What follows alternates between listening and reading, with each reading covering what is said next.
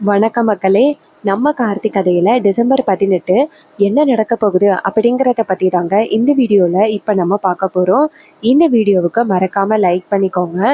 நீங்க லைக் பண்றது தான் எங்களுக்கு அடுத்து வீடியோ போடுறதுக்கு ரொம்பவே இன்ட்ரெஸ்டிங்கா இருக்கும். ஸோ மறக்காம லைக் பண்ணிட்டு இந்த வீடியோவை பாருங்க. என்ன நடக்குது அப்படின்னு பார்த்துக்கிட்டிங்கன்னா, நம்ம ஹீரோ பாட்டி கிட்ட சொல்றாங்க, பாட்டி கண்டிப்பா அத்தை அவங்களோட கோவத்திலேருந்து குறையிறதுக்கு வாய்ப்பே இல்லை பாட்டி. ஏன்னா அந்த அளவுக்கு நான் துரோகம் பண்ணிட்டேன் அப்படின்னு நினச்சிக்கிட்டு இருக்காங்க. நீங்களே யோசிச்சு பாருங்களேன். எனக்கு இப்பதான் புரியுது, அத்தை வீட்டுக்கு போயிட்டு இப்படி அத்தைய ஏமாத்துனது இப்பதான் தப்பு அப்படிங்கிறதே எனக்கு புரியுது. அப்ப பாட்டி சொல்றாங்க, இங்க பாரியா, தப்பெல்லாம் ஓ மேல போட்டுக்கணும் அப்படின்னு நீ நினைக்கிறியா? இங்க பாரியா, நீ அப்படி என்ன தப்பு பண்ண? இந்த குடும்பத்தை ஒண்ணு சேர்க்கணும் அப்படின்னு மட்டும் தானே நினைச்ச. வேற ஏதாவது உன் மேல தப்பு இருக்கா? என்னை பொறுத்த வரைக்கும் நீ வேற தப்பு எதுவுமே பண்ணவே இல்லை. இந்த குடும்பத்தை ஒண்ணு சேர்க்கணும் அப்படின்னு நினைச்சுதான் நீ அந்த வீட்டுக்கு போன. அதை தவிர்த்து ஈஸ்வரிக்கோ இல்ல அந்த குடும்பத்துக்கோ ஏதாவது பிரச்சனை கொடுக்கணும் அப்படின்னு நீ நினைச்சியா? எதுவுமே இல்லை இல்ல. அப்புறம் எப்படியா உன் மேல பழி சொல்ல முடியும்? இங்க பாரியா, அவதான் கொஞ்சம் கூட புத்தி இல்லாம பேசுறா. இங்க பாரியா, நீ அவ பேசுறது எல்லாம் பெரிய விஷயமா எடுத்துக்காத. இப்போதைக்கு எப்படியாவது உன்னையே ரேவதியையும் சேர்த்து வைக்கணும். ரேவதி இதே மாதிரி தனியா இருந்தா வேற ஏதாவது தப்பான முடிவு எடுக்கிறதுக்கு நிறையவே வாய்ப்புகள் இருக்கு. சோ உங்க ரெண்டு பேருமே நான் எப்படியாவது சேர்த்து வைக்கணும் அப்படின்னு சொல்றாரு.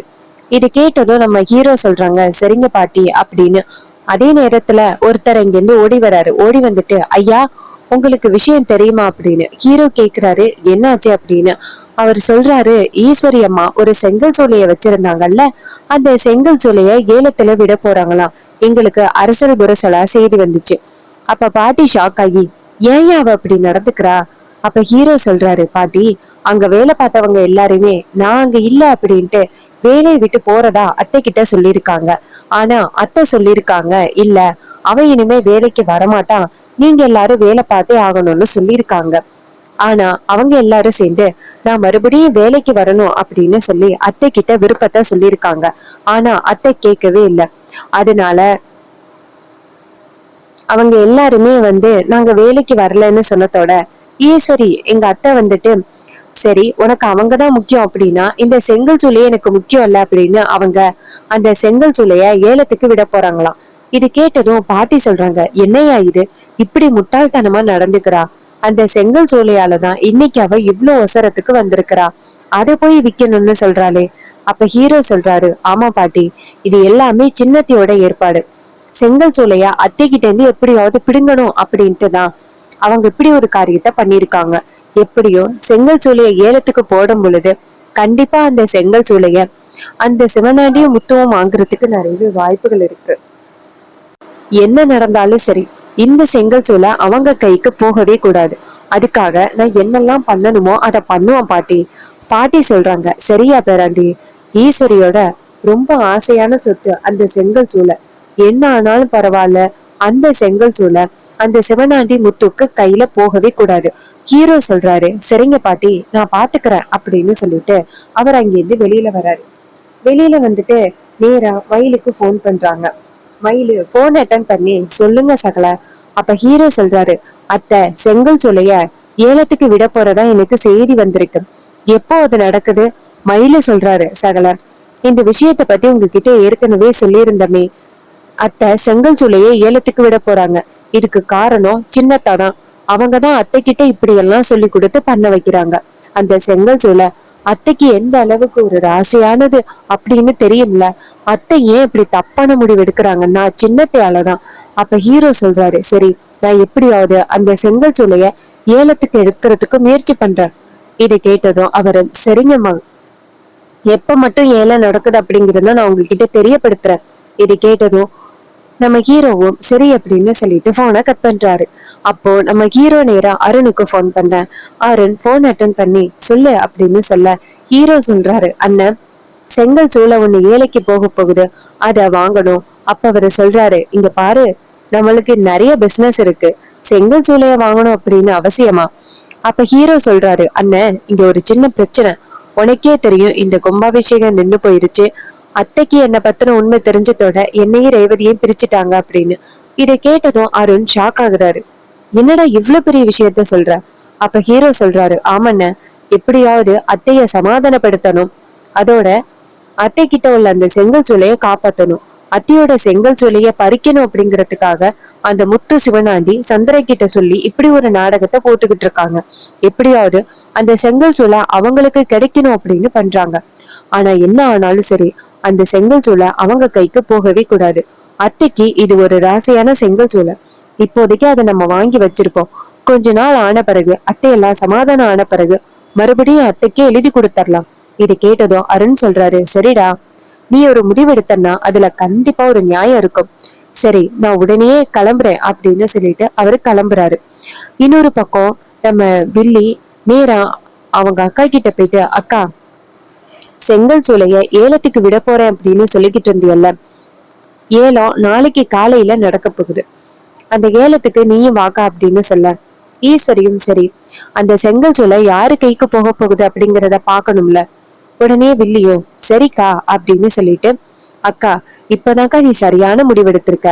அந்த டிரைவர் பயல தலையில தூக்கி வச்சுக்கிட்டு கொண்டாடிக்கிட்டு பேசினாங்கல்ல இந்த எம்ப்ளாயிஸ் எல்லாருமே, இப்ப வேலையே இல்லாம நடுத்தருவுல நிக்க போறாங்க அப்படின்னு ஈஸ்வரி சொல்றாங்க. ஆமா, என் பேச்ச கேட்டிருந்தா இவ்வளவு பெரிய பிரச்சனை வந்திருக்குமா அப்படின்னு வில்லி சொல்றாங்க. ஆமாக்கா, அவங்க எல்லாருக்கும் அந்த டிரைவர் பையதான் முக்கியம், அதனாலதான் எல்லாரும் அப்படி பேசிருக்காங்க. அக்கா, இன்னும் கொஞ்ச நாளையில உன்னோட அருமை தெரியும், உன்னோட அருமை தெரிஞ்ச பிறகு அதுக்கப்புறம் எல்லாரும் என்ன சொல்றாங்க அப்படிங்கறத மட்டும் பாரு. இதை கேட்டதும் ஈஸ்வரியும் சரிடி அப்படின்னு சொல்லிட்டு நேரா வில்லி கிட்ட, சரி, எனக்கு ஒரு முக்கியமான வேலை இருக்கு அப்படின்னு மாடிக்கு போறாங்க. அப்ப வில்லி என்ன பண்றாங்கன்னா, இந்த விஷயத்த உடனே அவங்க கிட்ட தெரியப்படுத்தணுமே அப்படின்னு நேரா அவங்க புருஷனுக்கு போன் பண்றாங்க. அவரு போன் அட்டன் பண்ணி, சொல்லுமா அப்படின்னு சொல்ல, வில்லி சொல்றாங்க, என்னங்க, நாளைக்கு காலையில செங்கல் சூளைக்கான ஏலம் நடக்க போகுது, நீங்களும் மாமாவும் வந்தா கண்டிப்பா என் அக்காக்காரி கண்டுபிடிச்சிருவா, உங்களுக்கு செங்கல் சோலை கிடைக்கிறதுக்கு விட மாட்டா, அதுக்கு பதிலா வேற ஏதாவது நீங்க கிளம்பிருக்குங்க, அவங்கள வச்சு அந்த செங்கல் சோலைய நீங்க வாங்கிடலாம். இதை கேட்டதும் முத்து சொல்றாரு, ஓகே, நாங்க பாத்துக்கிறோம், நீ கவலைப்படாத அப்படின்னு சொல்ல. வில்லி சொல்றாங்க, இங்க பாருங்க, அந்த டிரைவர் பைய ஜெயிலுக்குள்ள இருக்கிறப்ப இந்த செங்கல் சூளைய எப்படியாவது ஏலத்துக்கு விட்டுறலாம் அப்படின்னு நினைச்சேன்.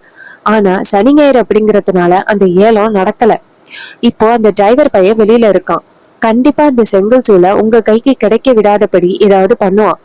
அவன் ரொம்ப பெரிய பணக்காரன், ஒருவேளை அந்த செங்கல் சூளைய அவன் கூட வாங்குறதுக்கு முயற்சி பண்ணுவான். சோ எதுக்கும் நீங்க பாதுகாப்பா இருந்துக்கிடுங்க. இது கேட்டதும் அவரு சொல்றாரு, சரி சரி, நாங்க பாத்துக்கிறோம், நீ கவலைப்படாத அப்படின்னு சொல்லிட்டு போனை கட் பண்றாங்க. அப்ப முத்து சொல்றாரு, மவனே, கண்டிப்பா அந்த டிரைவர் பயலுக்கு இந்த செங்கல் சோலை கிடைக்க கூடாதுடா, அதுக்கு நம்ம என்னெல்லாம் பண்ணணுமோ பண்ணணும். அதுக்கு சிவனாண்டி சொல்றாரு, சரிங்க சித்தப்பா, நீங்க கவலைப்படாதீங்க, நான் பாத்துக்கிறேன் அப்படின்னு சொல்றாரு. இன்னொரு பக்கம் வில்லி நினைக்கிறாங்க, அக்கா காரிகிட்ட இருந்து இதே மாதிரி ஒவ்வொரு சொத்தையும் பிடுங்கி நம்ம அக்கா காரிய ஜீரோ ஆக்கணும் அப்படின்னு வில்லி ரொம்ப சந்தோஷத்துல இருக்காங்க. அப்ப ராஜா நேரா ஈஸ்வரி கிட்ட போயிட்டு, இங்க பாரு, இப்ப கூட சொல்றேன், நீ ரொம்ப தப்பான முடிவு எடுக்கிற, பொண்ணோட விஷயத்துலதான் இப்படிப்பட்ட முடிவை எடுத்த அப்படின்னு பார்த்தா உன் செங்கல் சோலையோட விஷயத்திலயும் தப்பான முடிவு எடுக்கிற. அந்த செங்கல் சோலையாலதான் இன்னைக்கு நீ இவ்வளவு ஒசரத்துல வந்து நிக்கிற அப்படின்னு உனக்கு தெரியும்ல, அத போய் நீ விக்கணும்னு சொல்றியே. அதுக்கு ஈஸ்வரி சொல்றாங்க, இங்க பாருங்க, அந்த செங்கல் சோலையில உள்ளவங்க எல்லாரும் என்னை எதிர்த்து எப்படி பேசுறாங்க பாத்தீங்களா, இத்தனை வருஷமா என்கிட்ட கை நீட்டி காசு வாங்கிட்டு இருந்தவங்க இன்னைக்கு அந்த டிரைவர் பையன் வந்தாதான் வேலை பாக்குறேன் அப்படின்னு சொல்றாங்க. இதெல்லாம் எந்த விதத்துல நியாயம், அதையெல்லாம் நீங்க யோசிச்சு பார்க்க மாட்டீங்களா? அதுக்கு ராஜா சொல்றாரு, இங்க பாரு, அந்த அளவுக்கு மாப்பிள்ளை எல்லாருக்கிட்டையும் நேர்மையா நடந்திருக்காரு, அவங்களுக்கு என்ன பிரச்சனை வந்தாலும் அத சால்வ் பண்ணிருக்காரு, அதனாலதான் அவங்க பேசுறாங்க, மத்தபடி உனக்கு எதிரா எதுவும் பேசலையே.